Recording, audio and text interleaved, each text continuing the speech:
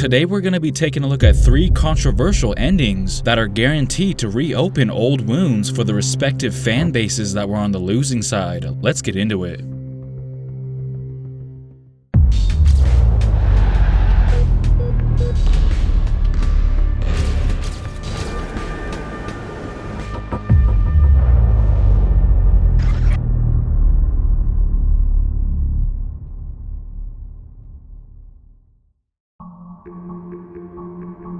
June 18th, 2006, Game 5 of the 2006 NBA Finals. Yes, the series which is often referred to as one of the most suspicious NBA Finals of all time. And I really wanted to talk about one moment in particular that took place in Game 5. With 1.9 seconds left in overtime, the series tied up as well as the score. Something happened that made people scratch their heads.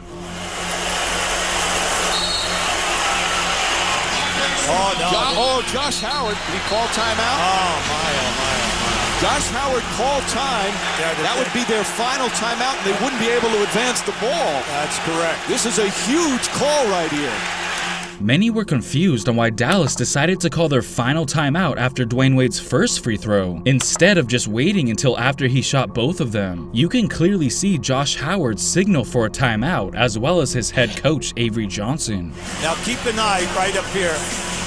Yeah, you could see Howard put his hands together for the timeout. Yes, he did. However, they insisted that they were trying to ask for it to be awarded to them after D. Wade's second free throw, not in between his free throws. Basically, they claim that they were trying to communicate to the referees as well as to each other that they were just getting ready to call their final timeout, not that they wanted one at that very moment. Even Devin Harris could be spotted signaling for a timeout, but I guess the referees took that as a sign that they wanted to use it right then and there. Avery Johnson can be seen practically begging the officials to believe them, and I don't blame him one bit, because as we all know, there's a big difference between when they supposedly called a timeout and when they actually wanted to use their timeout. You see, if things had gone the way that the Mavericks actually wanted it to go down, then they could have advanced the ball to their end of the court, therefore obviously making the inbounds pass much easier for them, giving them a chance to set up a final shot. But since the referees apparently didn't get the message, they were forced to inbound the ball 94 feet away from their basket, and with so little time left, along with no more timeouts, there was not much they could really do. Because if they make a catch over half court, they'll get a decent shot. Just get it in. Harris puts it up for the win. Oh, no good. And Miami wins again. The Mavericks lost by 1 freaking point, and the miscommunication at the end there didn't make them feel any better. They now trailed 3-2 in the series as a result, which gave Miami all the momentum in the world, eventually closing the series out for good a couple nights later. After that chaotic ending in Game 5, the referees came out and said if there was a mistake, it was Howard's, not theirs.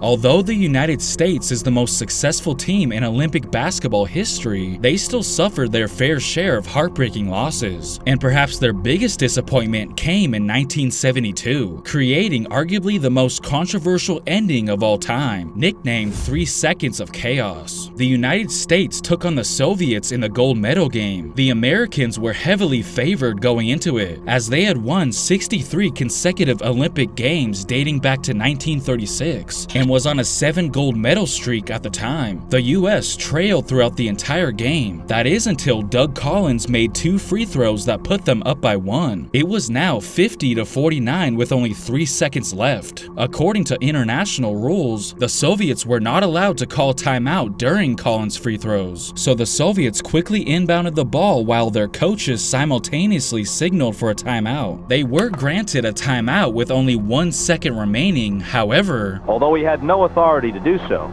the Basketball Federation General Secretary, Dr. William Jones of Great Britain, came out of the crowd to tell the scorekeepers that 3 seconds should be put back on the clock. So deservingly or not, the Soviets got a do-over, as the timekeeper was ordered to reset the clock to 3 seconds. But the referee mistakenly handed the ball to the Soviets for them to inbound it before the clock was properly reset, leading to the Americans thinking that the game was over.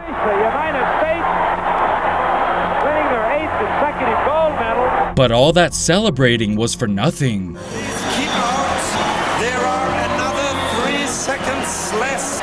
So once again, they were forced to clear the court for a third inbounds pass, and this time it did not go too well for the Americans. It's time for the Russians to go to their big man, Alexander Belov. They're going to try. Alexander Belov.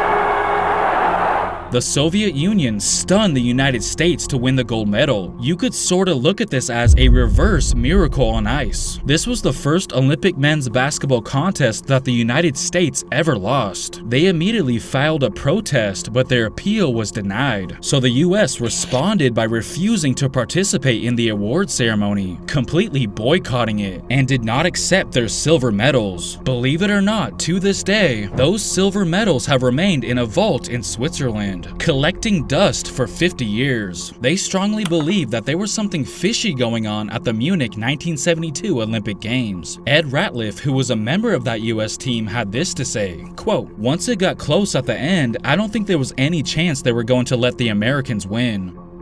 One of the biggest rivalries in the 1990s was between the Indiana Pacers and the New York Knicks, and in 1999, the Pacers were the favorites to come out of the East, since MJ had just retired. They easily got through the first 2 rounds, sweeping the Bucks and the 76ers, while the 8-seeded Knicks, on the other hand, were shocking the world. They upsetted the number 1 seed Heat in the first round, thanks to a game winner by Allen Houston in Game 5. They then would go on to sweep the Atlanta Hawks in the second round. Now, the Knicks were definitely having a nice little Cinderella story, but no one believed they could beat Indiana in the conference finals. New York would actually win Game 1, continuing to shock the world, but the Pacers would bounce back in Game 2 to even up the series. Then the fateful Game 3 came along. Patrick Ewing unfortunately injured his Achilles in the previous game, so everybody needed to step up.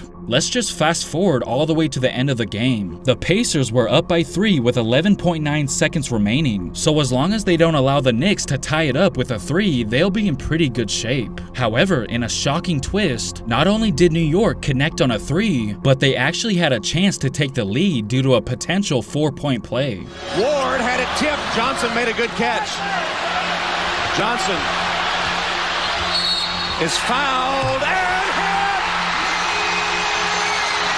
Now on the replay, it did not appear that Antonio Davis committed a foul, and even if you want to consider this slight contact a foul, then the whistle should have been blown before the shot, meaning that the basket should not have counted, but instead they ruled it as a foul on the shot attempt, which led to Larry Johnson drilling the free throw, completing the very controversial 4-point play, as the Knicks took a 2-1 lead and eventually winning the series in 6 games, becoming the first and only 8 seed ever to reach the NBA Finals. Indiana fans strongly believe that the NBA just wanted New York in the finals to help with ratings. I guess we'll never know the truth.